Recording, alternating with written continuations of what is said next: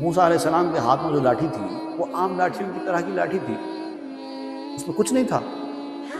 उस लकड़ी के अंदर कोई और ऐसे कंपोनेंट्स, कुछ ऐसी चीजें थी जो दूसरे लकड़ियों में नहीं थी, ऐसा नहीं था।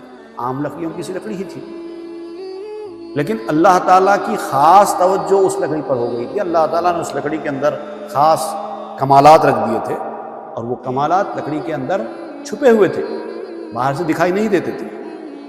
बाहर से तो आम लकड़ी की सी लकड़ी थी। तो इसी तरह इंसानों में भी ऐसे ही लोग होते हैं जो बाहर से दिखाई देने में बिल्कुल आम इंसानों के से होते हैं, लेकिन वो कमालात अल्लाह ताला उनके अंदर डाल देते हैं। तो ऐसे ही होते हैं अहलुल्लाह। वो कहते हैं मन असायम दरकफ़े मूसी खेश, मैं भी अपने मूसा के हाथ में एक लाठी की तरह हूं, लेकिन मेरा मूसा छुपा हुआ है।